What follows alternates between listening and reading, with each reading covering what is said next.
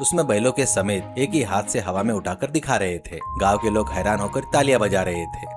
देखा हमारा पावर, एक हाथ से मारेंगे तो पहाड़ भी टूटकर बिखर जाएगा। वाह वाह, श्याम गैंग जिंदाबाद, गांव को सुपर हीरो मिल गए। इस सारे हंगामे को पास से मौजूदा पुरानी कबाड़ी की दुकान का मालिक पटनायक और उसका असिस्टेंट लड्डू देख रहे थे। पटनायक की आंखों में लालच की चमक आ गई। अरे लड्डू, इन चारों के शरीर में नशे नहीं है रे। ऐसा लगता है जैसे जेसीबी के हाइड्रोलिक पाइप लगे हैं। अगर हमने इसका इस्तेमाल कर ले तो हम पूरा गांव खरीद सकते हैं, समझ गया? हाँ सेठ जी, अगर ये लोग एक ट्रक उठाएंगे तो हमें 2 ट्रक जितना लोहा मिल जाएगा।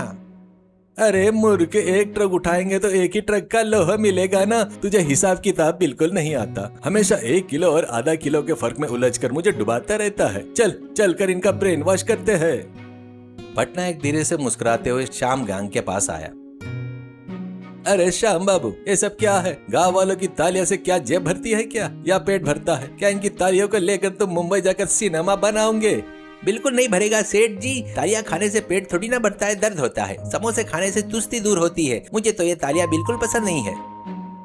वही तो मैं कह रहा हूँ, मेरे पास एक सुपर आइडिया है। रात के समय गांव के बाहर जो किसी का काम का ना हो, पुराना लोहे का सामान पड़ा रहता है ना, उसे मेरी दुकान पर लाकर दे दिया करो। मैं तुम्हें बोरिया भर भर के पैसे दूंगा। उन पैसों से शाम मुंबई जाकर हीरो बन सकता है और आशीष अपनी समोसे की फैक्ट्री लगा सकता है। क्या करते हो भाई?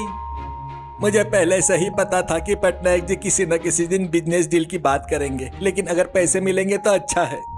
डील पक्की। गांव की सेवा करते करते बोर हो गए। आज रात से हमारा असली एक्शन शुरू होगा। आधी रात के 2 बज रहे थे। गांव के छोर पर रेलवे ट्रैक के पास एक पुराना लोहे का डिब्बा पड़ा हुआ था। श्याम गैंग धीरे धीरे चलते हुए वहां पर पहुंच गया। चारों तरफ अंधेरा था। अरे श्याम, वो अंधेरे में कोई भूत जैसा लग रहा है रे। मुझे न जाने क्यों डर से पैर कांप रहे हैं। क्या हम घर वापस चलते हैं? अरे डरपोक कहीं के, वह भूत नहीं है रे, पेड़ की परछाई है। हमारे पास 100 हाथियों का बल है। अगर भूत भी आ गया तो उसे भी लोहे के टुकड़े की तरह मरोड़ देंगे। चलो डिब्बा उठाओ। चारों ने मिलकर उस भारी रेलवे के डिब्बे को बहुत ही आसानी से अपने सिर के ऊपर से उठा लिया। आशीष एक हाथ में डिब्बा पकड़े हुए था और दूसरे हाथ से जेब में रखे जिलेबी खा रहा था।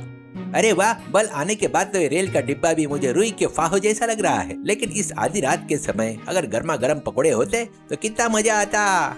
मुझे पहले से ही पता था कि तू इस समय पकोड़े के बारे में ही सोचेगा। चलो जल्दी चलो, सुबह हो गई तो पुलिस आ जाएगी। तड़के में सुबह पटनायक अपनी दुकान के बाहर खड़ा होकर इंतजार कर रहा था। तभी उसने देखा कि चारों लोग बड़ा सा रेल का डिब्बा अपने सिर पर उठाकर ला रहे हैं। ये देखकर पटनायक के होश उड़ गए। अरे बाप रे, मैंने इन पुराने लोहे का सामान लाने को कहा था और ये तो पूरा का पूरा रेल का डिब्बा ही उठा के लाए। अरे इनकी तो ऐसी की तैसी। सेठ, ये तो